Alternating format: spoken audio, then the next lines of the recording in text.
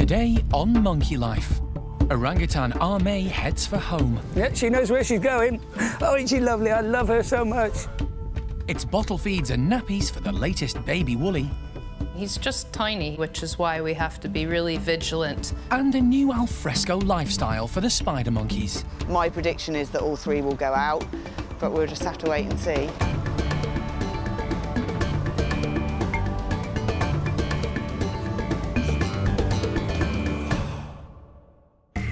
Monkey World, nestled deep in the English countryside, is the largest sanctuary of its kind on the planet.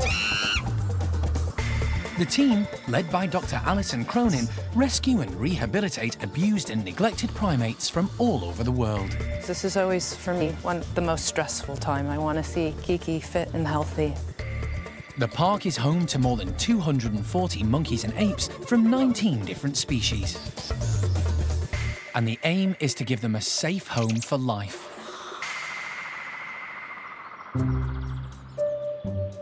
After yesterday's drama at Chippy's Woolly Monkey House, things are getting back to normal.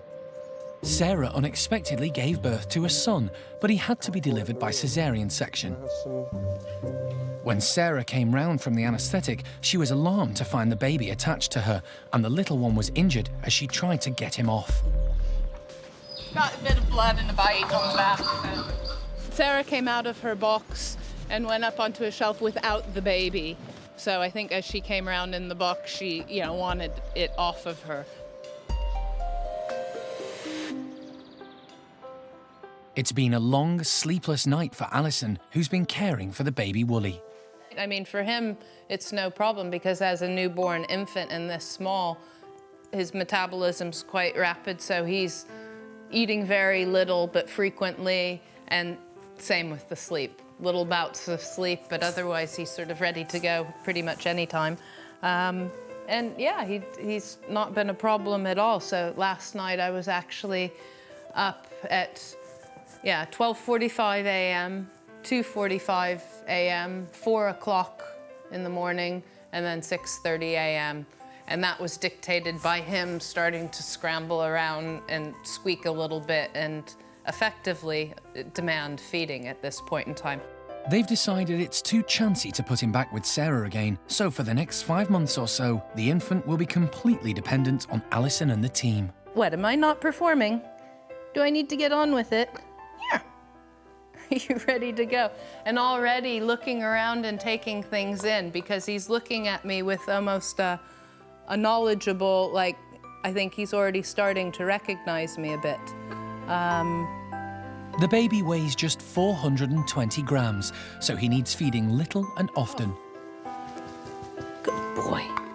The most important thing is that he stays hydrated, and he's looking okay. And I'm gonna want to start seeing something coming through in the nappy, which we'll have a quick look at right now. But other than that, I'm not too worried. Perhaps I'm too confident, but then he is the fourth male woolly monkey that we've hand-reared. Several cuts had to be stitched up after his mum pulled him off her. The wound on his tail is a little bit of a concern in the sense that the bite mark on it was quite deep and down to the vertebra. So it's a little bit of a nightmare for me because that was the perfect handle for dealing with all of the other babies. If you need to lift them up, you lift them up by the tail because it's very strong. So I'm avoiding doing that with him because the tail is a potential weak point. So until a week or so has gone by, I'll be quite delicate with that tail. The newborn's natural instinct is to grip onto his mother's hair so she can carry him round. Yes, okay. No, you don't have your nappy on, so I really don't want you on my head right now. Release there.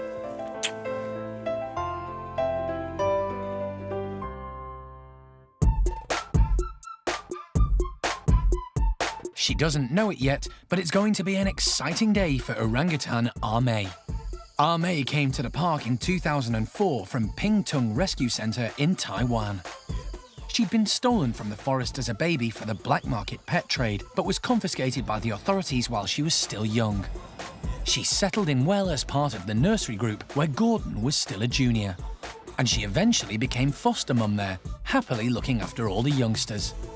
But all that changed when Oisin arrived from South Africa and was introduced into the nursery. No, that's not such a good plan. She's bigger than you. There we go. A-mei.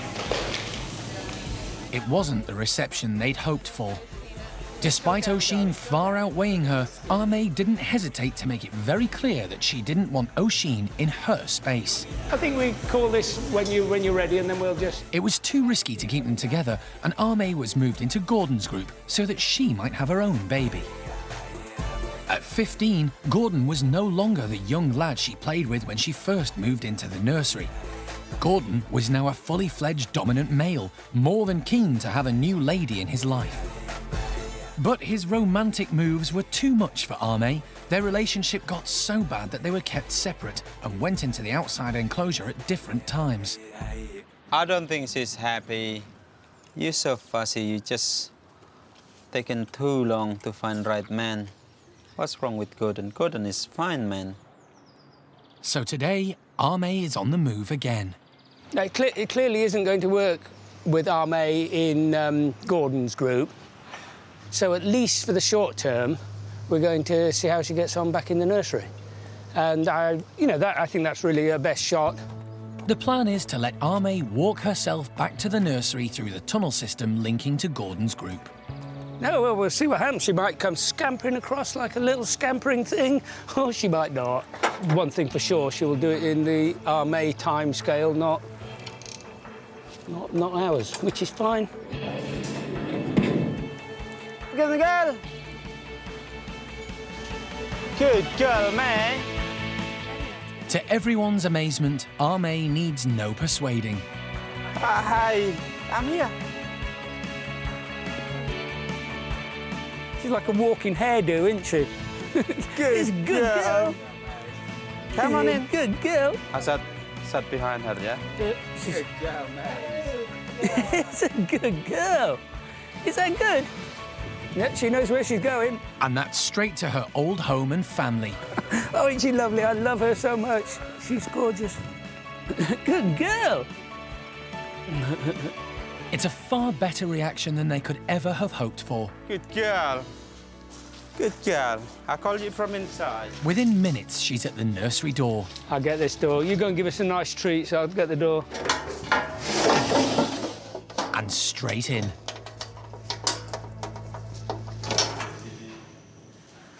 Home, sweet home.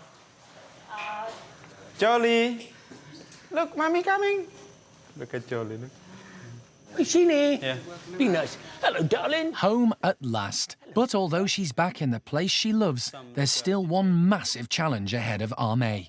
In her absence, there's a new lady in charge of the kids, and last time they met, it was handbags at dawn.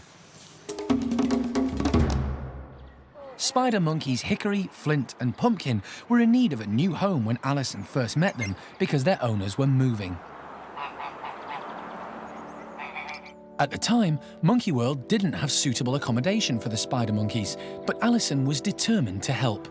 Since then, the team have been creating a new space for the trio, complete with their own outside enclosure. Today's the proud day when Hickory, Flint and Pumpkin will be allowed out to explore it for the first time. It's going to be great for them and it's exciting for the staff.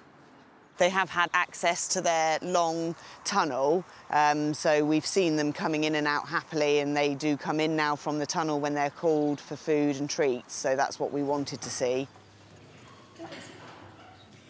The 20-metre-long tunnel links the spiders' bedrooms to their outside enclosure, but this time the doors at both ends will be opened up. It'll be a huge challenge for them to journey across to the unknown. I think the spider monkeys will come out. Certainly the two boys have been very confident using the tunnel and tend to rush out as soon as we allow them access to that in the morning. My prediction is that all three will go out, but we'll just have to wait and see. You ready, guys?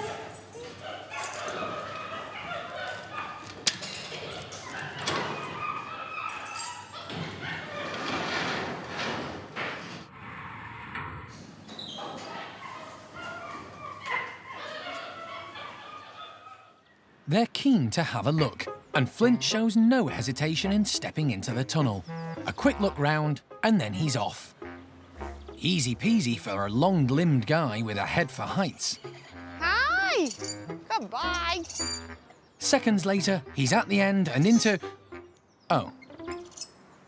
Where are you going? Well, that big open space wasn't there yesterday. Pause for thought, a bit of encouragement. Good boy.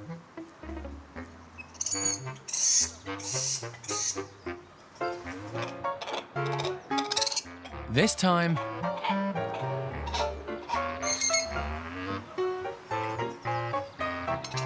Oh, too scary.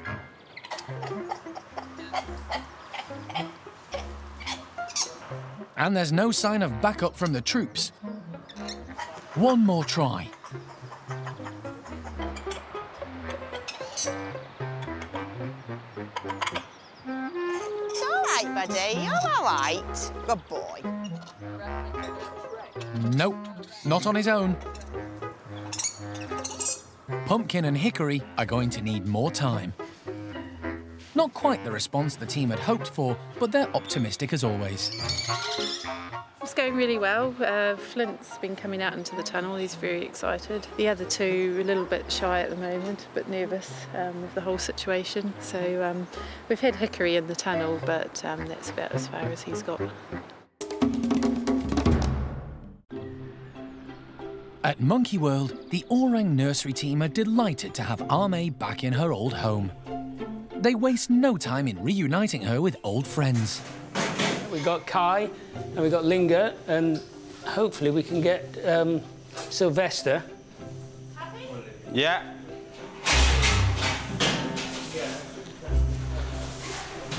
Hey, A-mei. Happy-go-lucky Kai is first in. His playful advances are much easier to handle than big boy Gordon's passionate moves. The way she came over here, you don't need to talk about it. It just says it off. It's, oh, I'm off. Bye-bye.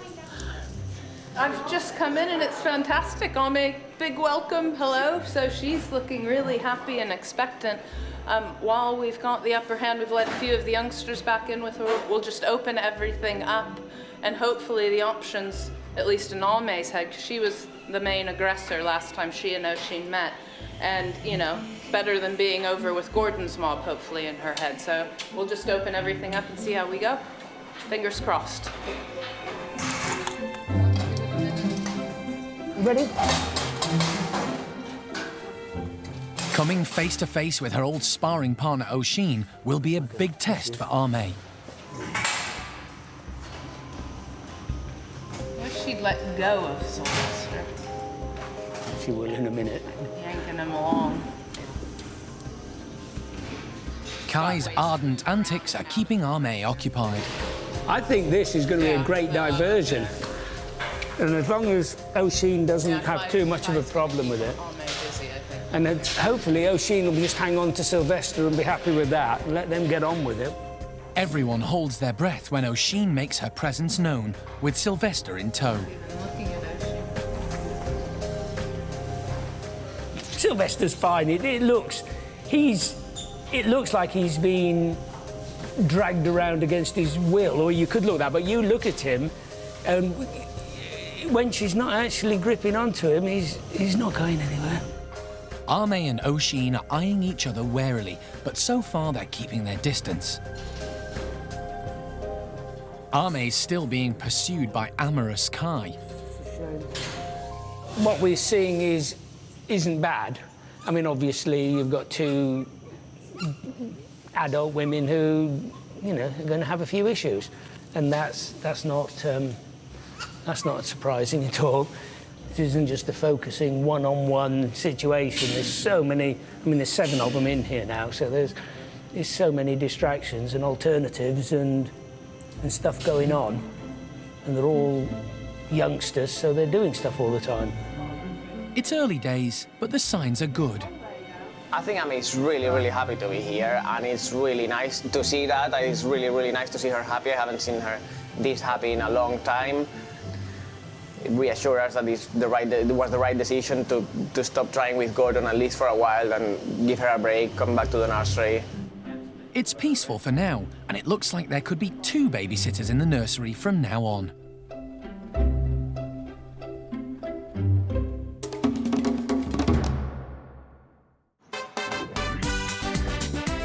Everyone's waiting expectantly at Lavar's woolly monkey enclosure. There's about to be a party.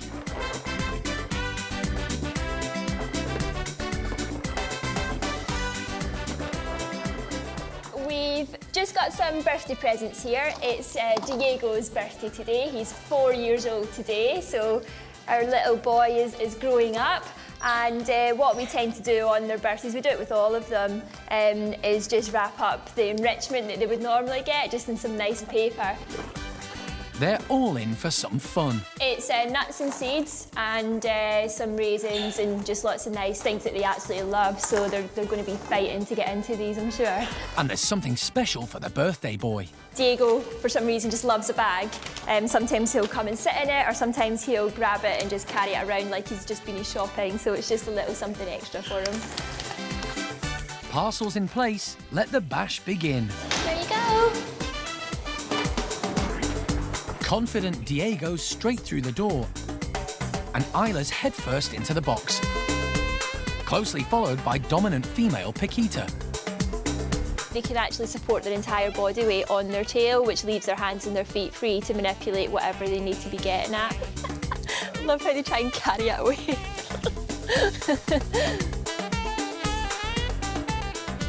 Big brother Julio's not too grown up for games where there's food involved. And Mum Paquita's even sharing her goodies. And if 5 limbs aren't enough, a strong set of teeth always does the trick.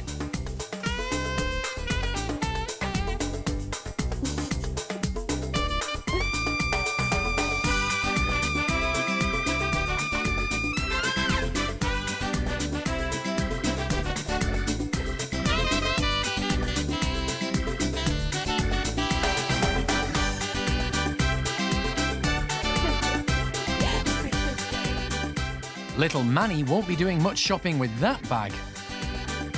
A great time's been had by Diego and all his family. But it'll be up to the staff to pick up the pieces. I think this is a fantastic birthday present for Diego. He always does enjoy presents whenever we put anything in for anybody. Can't believe Diego's 4. It's just gone so quickly. And yeah, I can still remember when he was just a tiny little baby not long after he'd been born. Diego didn't have the best start in life. Mum Kuna was happy to cuddle him, but wouldn't let him suckle from her. So he became the 3rd woolly monkey to be hand-reared at the park. OK, so what should we have first? Would you like a little bit of rice? Let's see how we go. I'm going to take it. Good boy. Look at that. How's about that?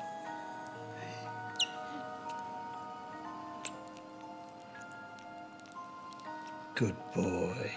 Oh, that's a good lad. Diego was gradually introduced to Lavar's troop and moved in at 5 months when he was welcomed and taught the ins and outs of woolly monkey behaviour. 3.5 years on, they're both doing well. They're just one of the loveliest species of South American primate because they are so kind to each other and they do support each other and they care about each other. They've adopted infants that I hand back to them, complete sight unseen, no problem. Half-brother Julio took baby Diego under his wing, and they've been inseparable ever since. It's just spectacular to see that the woolly monkey group has come together so tightly and so well, and even hand-reared orphans are growing up here at Monkey World to turn out to be spectacular, well-balanced, healthy woolly monkeys.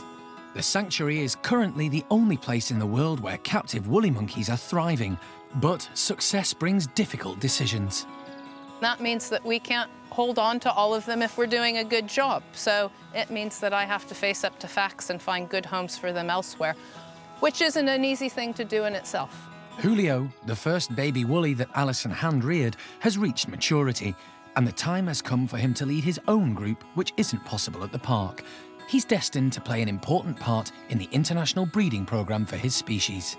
I got contacted not long ago by the European breeding program, and lo and behold, Julio had been put top of the list, and they asked if he could go to a place in France called Vallée des Singes, which means Valley of the Monkeys in French, to go and be the dominant breeding male with a pair of females, one of which is pregnant and might have already given birth. So, yeah, really pleased with that. I know everybody at Vallée des Singes very well. I've been there before.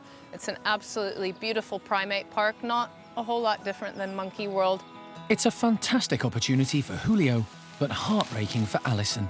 Now it's up to me to face up to my, difficulties in sort of sending him off, because it won't, you're always going to be sad. But actually, I'll just, quite easily get over myself on this one, because there aren't many options like that left throughout the world now for woolly monkeys. So immediate answer, absolutely yes, thank you very much, and can Diego go with him? It's been agreed that both boys will move to France, so it looks like today will be the last birthday Diego will celebrate here.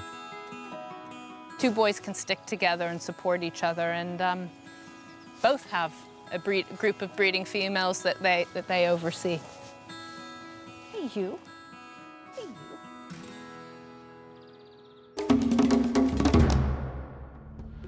Next time on Monkey Life, a bust-up at the lemur enclosure ends in serious injuries for Kaya. They have like a mouth full of Stanley knives, and they can make really, really big holes in each other. And milkshakes all round for Paddy's chimpanzees. He really does entertain everyone, the keepers and the chimps.